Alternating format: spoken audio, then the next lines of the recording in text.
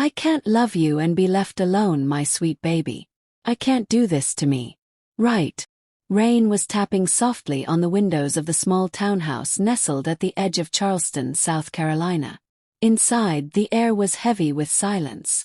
Not the comforting kind, but the sort that stretched between two people when words had failed, and all that remained was space, cold and echoing. Samantha Hayes sat on the couch, her knees tucked up to her chest, wearing one of Ethan's old hoodies.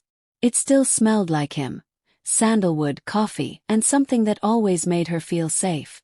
But tonight it felt like a cruel reminder.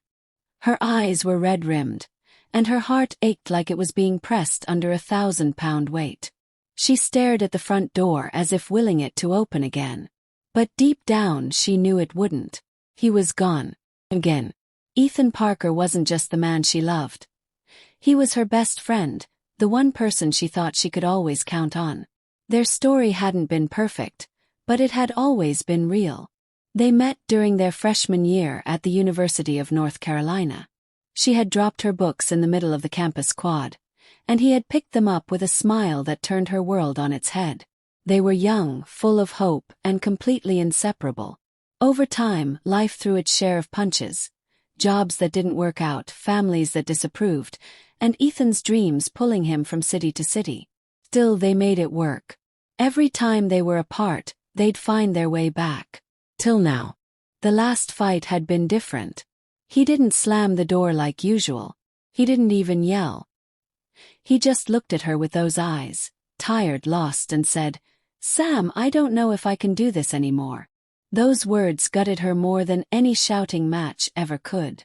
She remembered clinging to him, crying, begging, whispering the only thing her heart could form into words. "I can't love you and be left alone, my sweet baby. I can't do this to me."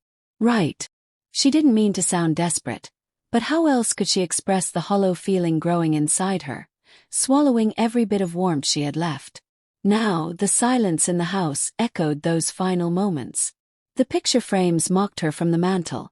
Photos of vacations, birthdays, lazy Sundays filled with laughter.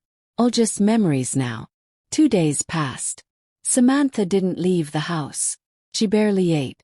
Her best friend, Nicole, dropped by with groceries and hugs, trying to coax her out of the fog. "Sam, I know it hurts," Nicole said gently as they sat at the kitchen table. "But if Ethan was willing to walk away, maybe you deserve someone who'd run through fire just to stay." Samantha forced a weak smile. "You don't understand. It's not just about love. He's part of me." Nicole reached across the table and held her hand. "Then maybe it's time to take that part back." That night, Samantha couldn't sleep.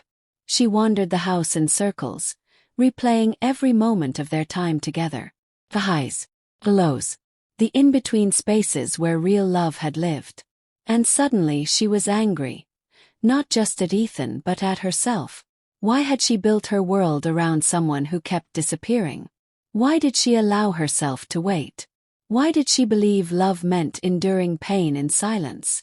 The next morning, Samantha made a choice. She pulled out a dusty notebook from the shelf and began writing. Not texts, not letters to Ethan, but pages filled with the raw truths of her heart. She wrote about the nights she cried herself to sleep, the birthdays he missed, the plans he broke. And then she wrote about the laughter, the comfort, the way he'd pull her close during thunderstorms and promise everything would be okay. By the end of the week, the notebook was full. She decided to turn her pain into power.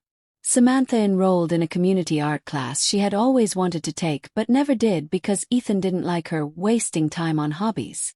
She started jogging in the mornings, blasting music through her earbuds and letting the rhythm of her steps drown out the sorrow. And slowly, her world began to grow without him. But healing isn't linear. One night, 3 weeks after he left, Ethan showed up at her door. He looked exhausted. His eyes were puffy, his hair disheveled. In his hands was a small box, the one they used to keep their keepsakes in. The ticket stubs from their first movie, a hotel room key from their trip to Nashville, the shell she picked up when they watched the sunrise on Hilton Head Island. "I didn't know where else to go," he said, voice shaking. Samantha stood there, frozen. "I was wrong," he continued. I've been scared, selfish, and I thought running would help me find clarity. But all I found was silence. Tears welled in his eyes.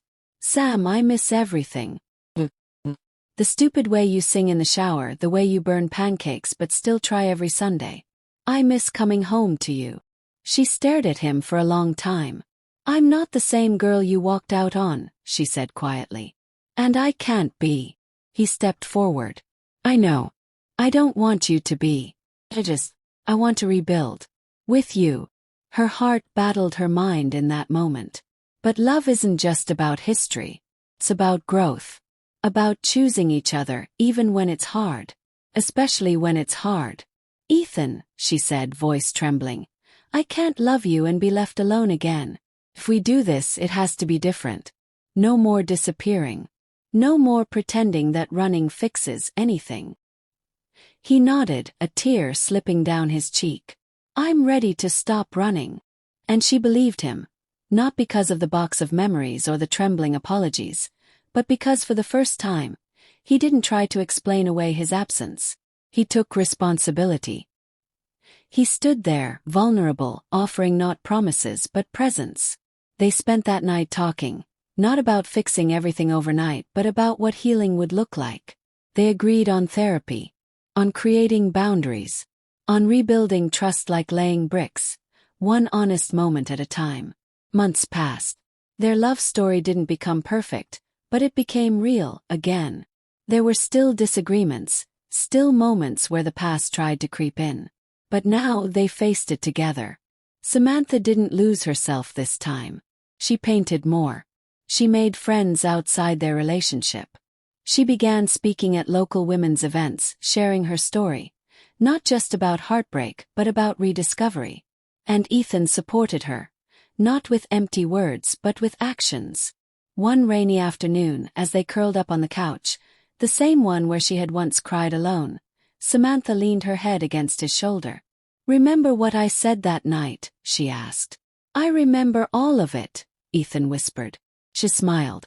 I said I couldn't love you and be left alone. And now I don't have to choose between the two. He kissed her forehead softly. You never will again. And for the first time in a long time she believed it. Because this time, love didn't ask her to shrink. It asked her to shine and be seen.